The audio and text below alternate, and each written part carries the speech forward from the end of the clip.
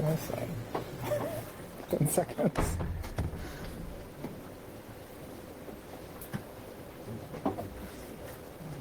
Okay. Fine. I can start now. Okay, we're good. So can I welcome Laszlo Pap, who's here to give us an ONS introduction and demo. Thank you so much, Laszlo. Thank you everyone for coming, and I am very pleased to be here. So I think this is the first time that ONOS is talked about at FOSDEM. So it's quite exciting, and I would like to just give you some taster about ONOS and what ONOS is. Maybe a short icebreaker would be like, how many of you heard about ONOS before? Uh-oh. That's very good. So, well, I still hope that I can provide some information, and maybe you can ask questions so I can also learn from you. So I'm actually an ONOS ambassador. It's not a big title or anything, but that just means that I'm keen on using this technology, and I'm keen on advocating it to others as well. So what I'm going to talk about is basically I would just, for those, and also for those who know ONOS, but those who don't know what ONOS is, and maybe just explain the architecture briefly and the use cases. Hopefully we will have a very, very brief demo, 1 minute, and then maybe just a few words about the community and how you can join it if you like hacking on open source projects. So ONOS comes from the background, basically it comes in terms of SDN, so it's traditionally the world was such that there were many devices in the networks. I mean, there are many devices in the networks, and quite often these are like closed platforms. They come with their own protocols. It's provided by the vendor, and even the software that controls the functionality very often comes from the vendor. So there is very little space for researchers or open source developers to actually customize these devices and these systems. So they have to always comply with whatever the vendor is providing. So that's the kind of the background where SDN is born. So there is what we call data plane, which is there were a lot of talks about how to optimize that part of the stack, but there's also the control plane, and ONOS is actually in that domain. So ONOS is more concentrating on the control plane itself. So yeah, it's just again just summarizing. There is the forwarding hardware functionality in the hardware. This is coming from the hardware vendors. Actually, I also work for a hardware vendor company, so I'm coming from that side of the software stack. And then there is a network operating system, and then there are applications on top of that platform, which, you know, all kinds of applications can be implemented. In a way, I would probably compare it to the Linux kernel itself. That's why it's also an operating system, because in many ways, when you write drivers for these forwarding hardwares, you actually write like a device driver in a bit different sense, but the philosophy is kind of like the same, and then the applications would compare to user space applications sitting on the top of the Linux kernel. So this is a centralized platform, and the use case is really that in data centers there are so many hardware devices and applications that need to be provided, that the variety and the matrix of these is so complex, and there is a need to have like a centralized platform to manage all this. So in a data center, I just read 2 years ago in a book that in a big data centers that, for example, Google has, there are 70,000 virtual servers running. So it's really huge scale. So ONOS is an open network operating system. So I very much compare it to the Linux kernel in the networking domain. So it's completely open. It's meant for networking for this use case. It's written in Java. That's definitely different to the Linux kernel. So it's a bit higher level language and very much object oriented and all these things. The license is Apache. It's open source, so it's available on GitHub, so you can clone it yourself to see it. There are quarterly releases, so the last one happened actually just this month. The next one will happen in April, either before Brexit or after, I don't know. So just the ecosystem briefly.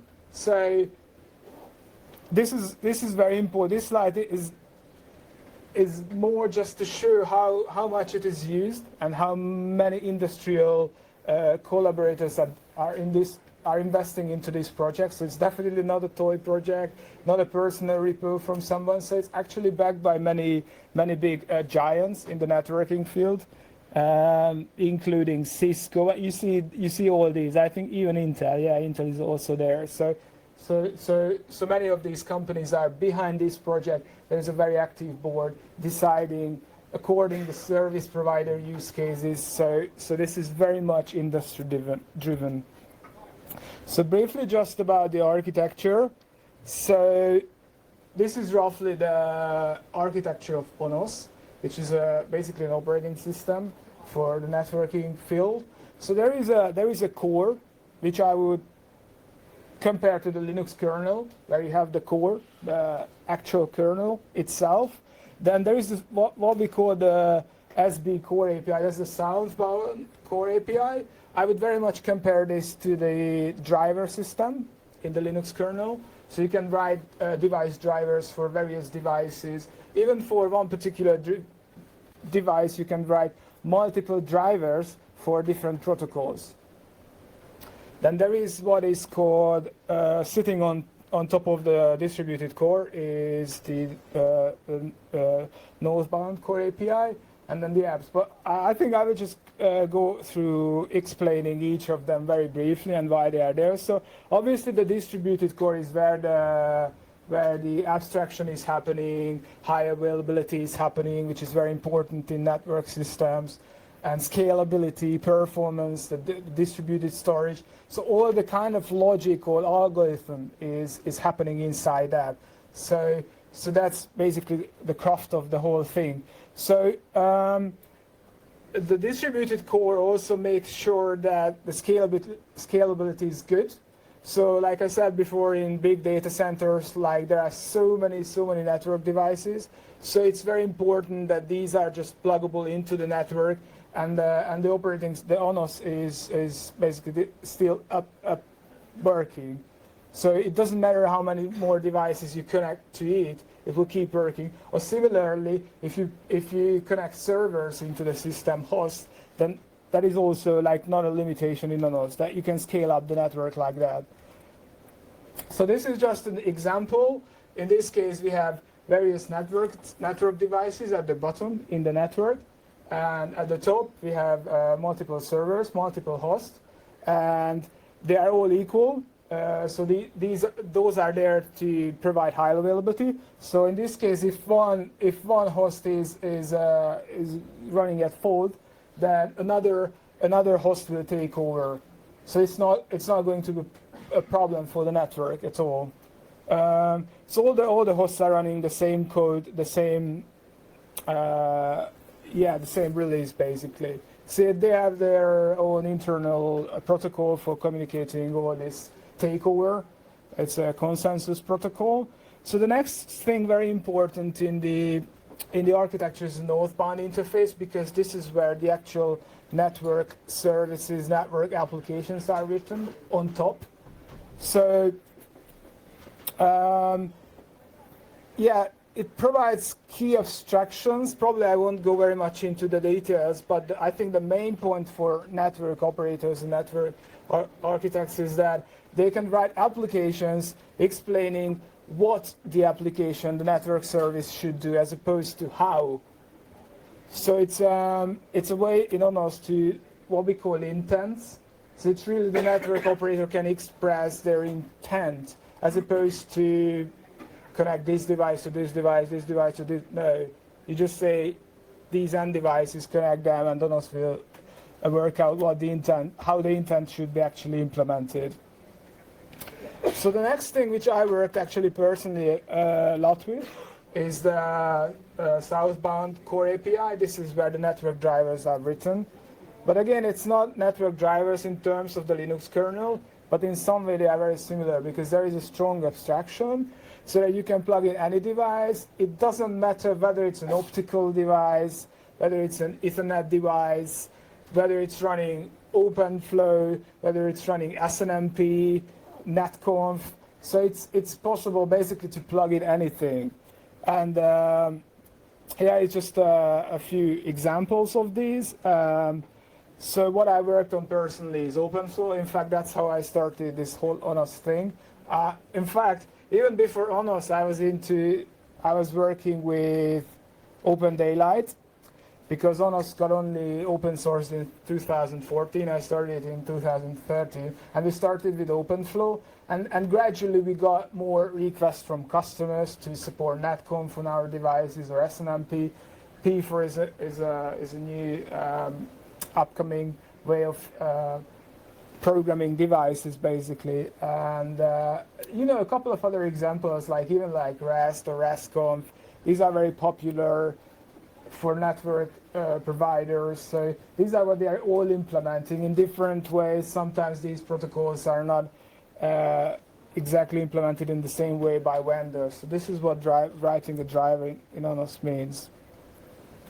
So then we come to the applications. So this is probably the most interesting part of the stack for network operators, because this is where various applications can be written.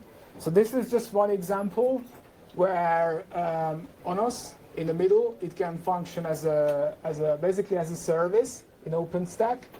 And I haven't mentioned this, but it's kind of given these days that ONOS is also providing Docker containers and Docker images. So actually there are nightly builds. So even the very new stuff can be experimented with and tried out. So ONOS is providing that, and in this way, an ONOS instance or a set of Docker containers that ONOS provide, they can be plugged into the OpenStack world, and then it can function as a service. And this is practically how it's done in terms of architecture. So yeah, ONOS provides containers. It can be run in VMs. In fact, the demo that I will show that is also using VMs and Docker containers. So this is not a problem. And then some more use cases. It's probably a bit too many to show, but I'm not trying to show this on a per item basis, just to show that there are so many use cases out there that can be done with, that can be used for, that ONOS can be used for. So there's an interesting project. I forgot to mention that ONOS is coming from the Open Network Foundation, and they're also working on a project called CORD, where they are basically into all kinds of things. So data centers, providing services for data centers, telecommunication offices. So, 5G projects and all kinds of data center projects. And because this is actually a developer conference, just to show, because running short on time, but basically just to summarize, developing an ONOS application is not any different to basically any other way of developing applications in other projects. You just clone the code. So like I mentioned on the first slides, it's available on GitHub. You create your application or clone an existing one and adjust it. Write your code. It's written in Java, the backend, and the front end is written in JavaScript. The build system is currently switched to Bazel, which is a new build system. And then again, you launch it, you activate applications. It's all based on OSGI. So some of you, if you are familiar with the Java world, it's very common to deactivate applications, drivers on the fly without affecting the running production instance. And obviously, you test it, you debug, and you release it again. So I will just show how ONOS looks like when it is used. So this is one of the northbound interfaces. It's a GUI. So this is actually a network topology. Yeah, this is America. And this is how the GUI looks like. So you can see here, like, there are multiple hosts. So they're all in charge of the whole network. So if there's a failure in one, the other will take over. And this is just the GUI. We have a console-based interface as well. I personally use that the most, but it's just what I prefer. It's not really required. And we have a REST interface. So ONOS has a REST interface for interacting. So many applications can be written using the REST interface. And then you have the usual Swagger, which is the providing the REST API documentation. So it's generic. And I will try to show the demo if it works. There should be a play button somewhere. Worked yesterday. It worked yesterday, so. Go out of full screen mode, see if it's... Yeah. Maybe you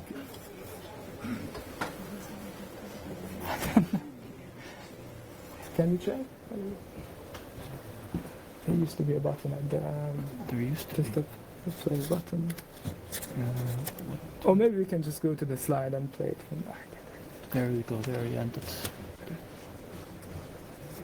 And then if we go back, is that playing? It's not playing still. Can see. Something is not right.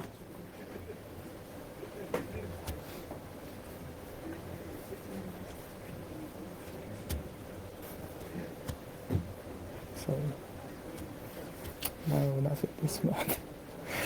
Okay. I'd say just don't go full screen, just play it. Just play it from. Yeah, okay. Right click on it and it's... Yeah, that's what it was meant to be, yeah.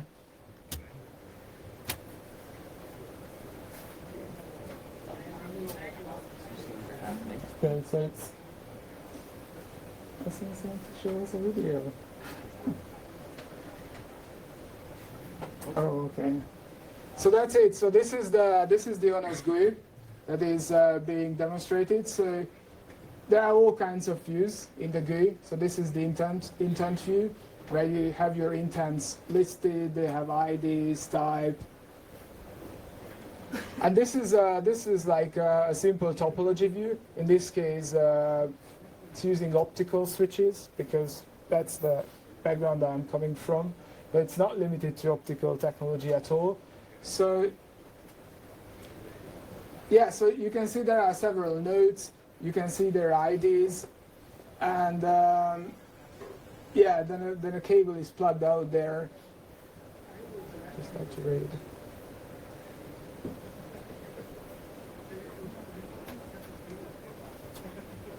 Yeah, so there are also flows in the systems. Obviously, everything that goes beyond between the elements, those are flows, even for optical switches. Actually, the abstraction of flows are preserved.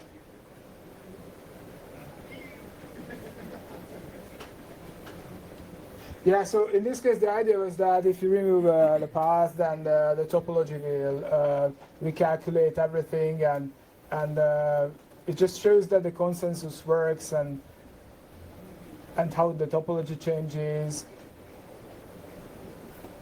Is it okay.